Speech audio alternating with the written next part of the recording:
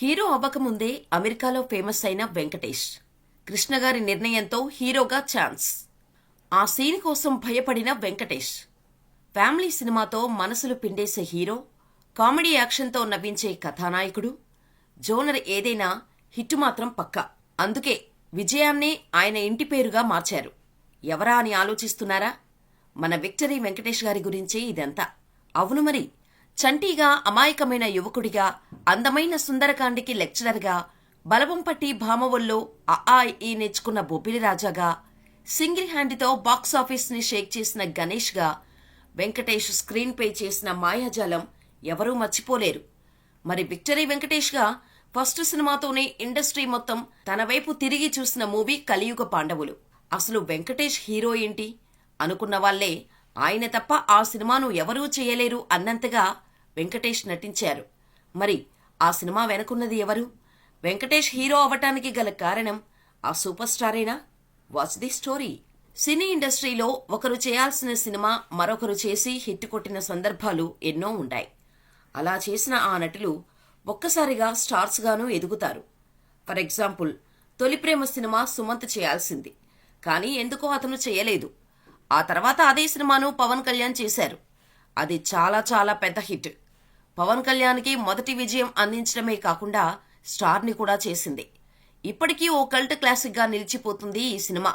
ఇలాంటివి ఒక తెలుగు సినీ పరిశ్రమలోనే కాదు, అన్ని పరిశ్రమల్లోనూ జరిగేదే. సేమ్ ఇలాగే వెంకటేష్ గారి ఇంట్రడక్షన్ జరిగింది. స్టార్ ప్రొడ్యూసర్తో ఒకరైన డి రామానాయుడు సూపర్ స్టార్ కృష్ణతో సినిమా చేయాల్సి ఉంది. అందుకు ముందుగానే కృష్ణగారు రామానాయుడికి డేట్స్ కూడా అడ్జస్ట్ చేసి ఇచ్చారు. మూస పద్ధతిలో కాకుండా డిఫరెంట్ కాన్సెప్ట్ ఉండాలని పరుచూరి బ్రదర్స్తో కథను రాయించారు. సినిమాకు డైరెక్టర్గా కె రాఘవేంద్రరావును అనుకున్నారు. కథ, నటులు, డైరెక్టర్ సిద్ధమవటంతో సినిమా షూటింగ్ స్పాట్స్ కూడా ఎక్కడెక్కడ ఏ షాట్స్ చేయాలో మొత్తం ప్లాన్ వేసేసుకున్నారు. ఇక షూటింగ్ స్టార్ట్ చేసేద్దాం, ఓపెనింగ్ సీన్స్ మీతోనే అని కృష్ణగారి టైం అండ్ డేట్, ప్లేస్ చెప్పారు. ప్రొడక్షన్ కారు పంపించమంటారా అని కూడా అడిగారు ప్రొడ్యూసర్ రామానాయుడు. నా కారులో నేను వచ్చేస్తాలే కానీ సినిమాలో చిన్న కరెక్షన్ చేయాలయ్యా అని కృష్ణగారు అడిగారు రామానాయుడిని. కథలో ఏమైనా కరెక్షన్స్ ఏమో అనుకొని ఏంటి చెప్పండి అన్నారు రామానాయుడు. ఈ సినిమాని మరో ప్రొడ్యూసర్ ఏఎస్ఆర్ ఆంజనేయులు కూడా నిర్మిస్తారు అని చెప్పారు కృష్ణగారు. ఏఎస్ఆర్ ఆంజనేయులు పాండవ వనవాసం సినిమా ప్రొడ్యూసర్. తానే ప్రొడ్యూస్ చేద్దామనుకున్న సినిమా అని మరొకరితో నేను చేయలేను అంటూ రామానాయుడు గారు ముఖమాటం లేకుండా చెప్పేశారు. దీంతో కృష్ణగారు సరే అయితే మరో సినిమా చేద్దామంటూ లేచి వెళ్లిపోయారు. కథ, డైరెక్టర్ రెడీగా ఉన్నారు, హీరో లేడు. ఇప్పుడు ఏం చేద్దాం అని ఆలోచిస్తున్న రామానాయుడి దగ్గరికి పరుచూరి బ్రదర్స్ వచ్చారు. ఏం చేద్దాం అనుకుంటున్నారు అని అడిగారు. అదే నేను కూడా ఆలోచిస్తున్నా అని అన్నారు రామానాయుడు. ఇక ముగ్గురు కలిసి డైరెక్టర్ దగ్గరికి వెళ్లి పోనీ హీరోగా కొత్తవారిని పెట్టి తీద్దామా అని అన్నారు. మంచి ఐడియానే అని చెప్పడంతో రామానాయుడు వెంటనే అమెరికాలో ఉంటున్న చిన్న కొడుకు వెంకటేష్కి ఫోన్ చేసి ఏం చేస్తున్నావు అని అడిగారు. ఎంబీఏ పూర్తయిపోయింది, థియేటర్లో చేరాను అని చెప్పారు వెంకటేష్. మరి సినిమాలంటే ఇంట్రెస్ట్ ఉందా అని అడిగారు. చేస్తాను అని వెంకటేష్ గారు ఎస్ చెప్పగానే రామానాయుడు గారు ఇండియా వచ్చాయి అయితే అని చెప్పి పెట్టేశారు. ఇక ఆ మరుసటి రోజే ఫ్లైట్ ఎక్కి భారత్కి వచ్చేశారు వెంకటేష్. స్క్రీన్ టెస్ట్ లేకుండానే వెంకటేష్ హీరోగా సినిమా మొదలుపెట్టేశారు. ఆ సినిమానే కలియుగ పాండవులు. అలా కృష్ణ చేయాల్సిన సినిమాలో అనుకోకుండా హీరోగా మారి వెంకటేష్ నటించారు. రామానాయుడు గారి ఇద్దరబ్బాయిలు కాగా పెద్దబ్బాయి సురేష్ బాబు, చిన్నబ్బాయి వెంకటేష్. అయితే సురేష్ బాబును హీరోగా తీసుకొద్దామని రామానాయుడు అనుకున్నారు. కానీ ఆయనకు సినిమాలో హీరోగా పెద్దగా కలిసి రాలేదు. ఇక వెంకటేష్ ప్రేమ్ నగర్లో చిన్నప్పటి సత్యనారాయణ గారి పాత్ర వేశారు. ఆ తర్వాత హిందీలో Amitabh, Hema Malini super hit movie అయిన బందీష్లో కాలేజ్ స్టూడెంట్గానూ తెరపై మెరిశారు.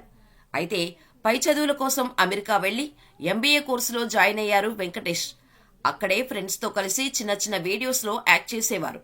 అప్పట్లో వెంకటేష్ గారి లుక్స్ అండ్ స్టైల్ అమెరికన్స్కి బాగా నచ్చేయటంతో వెంకటేష్ని మోడలింగ్ చేయమని అడిగేవారు. అలా సరదాగా మోడలింగ్ కూడా చేశారు వెంకటేష్. ఆయన మోడలింగ్ చేసినవి అక్కడున్న టీవీ మ్యాగజైన్స్లో కూడా వచ్చేవి. ఏదో సరదాగా యాక్టింగ్ మొదలుపెట్టిన వెంకటేష్ తానెప్పుడూ హీరోగా యాక్ట్ చేస్తానని అనుకోలేదు. సెలవుల కోసం ఇండియాకి వచ్చినప్పుడు ఈ మ్యాగజైన్స్లో వెంకటేష్ని చూసి హీరో అవ్వాలని ఉంటే చెప్పు అని రామానాయుడు గారు అడిగితే నవ్వేసి వెళ్లిపోయేవారే తప్ప ఏం సమాధానం చెప్పేవారు కాదు వెంకటేష్.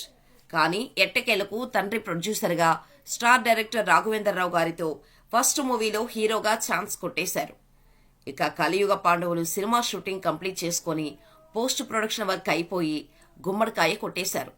ఇక సినిమాను రిలీజ్ చేయడానికి పోస్టర్లు సిద్ధం చేశారు. పోస్టర్స్ లో వెంకటేష్ ను చూసి అందరూ పెదవి విరిచారు. ఇతను హీరోనా అని కామెంట్స్ మొదలుపెట్టాయి.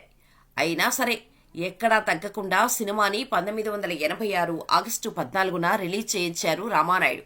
ఫస్ట్ షో అవగానే సూపర్ హిట్ టాక్ వచ్చేసింది. ఇటువంటి కథని ఇప్పటి వరకు ఎవరూ టచ్ చేయలేదంటూ అటు మాస్ క్లాస్ ఆడియన్స్ చెప్పటం, మౌత్ పబ్లిసిటీతోనే సినిమాకు మంచి క్రేజ్ వచ్చేసింది. ఇక ఈ సినిమాలో వెంకటేష్ నటనకు గాను నంది అవార్డు కూడా వచ్చింది. ఈ సినిమాలో వెంకటేష్ సరసన యాక్ట్ చేసిన ఖుష్బుకి తెలుగులో ఫస్ట్ మూవీ ఇదే. చక్రవర్తి సంగీతం అందించిన ఈ మూవీ మ్యూజికల్ గాను ఆడియన్స్ ని ఆకట్టుకుంది. సినిమా షూటింగ్ టైంలో రాఘవేంద్రరావు ఎన్నో ప్రత్యేక జాగ్రత్తలు తీసుకున్నారు. కలియుగ పాండవులు సినిమాలో వెంకటేష్ రోల్ ని మొదట నెగటివ్ షేడ్స్ లో చూపించి ఆ తర్వాత మార్పు వచ్చిన హీరో పాత్రను చూపించారు. దీంతో ఆడియన్స్ బాగా కనెక్ట్ అయ్యారని చెప్పారు. ఇక ఈ మూవీలోని క్లైమాక్స్ సీన్ లో హీరోని హీరో ఫ్రెండ్స్ ని రాబందులతో పొడుస్తారు. డమ్మీ పక్షులను పెడితే అంత నేచురల్ గా ఉండదని ఫైట్ మాస్టర్ విజయన్ ఈ సీన్ కోసం నిజమైన రాబందులను తీసుకొచ్చారు. రాబందులు వెంకటేష్ మెడపై పొడుస్తున్నట్టు కనిపించడానికి వెంకటేష్ వెనకవైపు చెక్కముక్క పెట్టి ఆ చెక్కముక్కకు మాంసం గుచ్చారు. అయితే ఈ సీన్ షూటింగ్ సమయంలో అక్కడ ఉన్న రాబందులు నిజమైన రాబందులు కావటంతో తనను నిజంగా ఎక్కడ పొడి చేస్తాయేమో అని వెంకటేష్ భయపడ్డారట. కానీ ఆ భయం ముఖంలో కనిపించకుండా బాగా మేనేజ్ చేశారు. ఈ సినిమాలో ఓ సీన్లో వి ఫర్ విక్టరీ అన్నది పాత సామెత, విజయ్ ఫర్ విక్టరీ అన్నది నేను సృష్టించిన సామెత అని వెంకటేష్ డైలాగ్ చెబుతారు. ఫస్ట్ మూవీలో గట్టిగా వినిపించిన ఆ డైలాగే సినిమా తర్వాత తన ఇంటి పేరుగా మారిపోయింది. కలియుగ పాండవులు సినిమా వచ్చి దాదాపు 40 ఏళ్లవుతున్నా స్టిల్ ఇప్పటికీ స్టార్ హీరోగా సక్సెస్ఫుల్ యాక్టర్గా వెంకటేష్ జర్నీ కొనసాగుతోంది. రీసెంట్ గా వచ్చిన సంక్రాంతికి వస్తున్నాం సినిమాతో మరోసారి బ్లాక్ బస్టర్ కొట్టారు వెంకటేష్. క్లాస్ మాస్ ఆడియన్స్ నే కాకుండా లేడీ ఫ్యాన్ ఫాలోయింగ్ ను కూడా బాగా పెంచుకున్నారు వెంకటేష్. ఈయన సినిమా వస్తుందంటే ఇంటిల్లపాది కూర్చొని సినిమా చూడొచ్చు అని ధీమా వచ్చేసింది. మరి వెంకటేష్ గారి సినిమాలో మీకిష్టమైన సినిమా ఏంటో మాకు కామెంట్ చేసేయండి.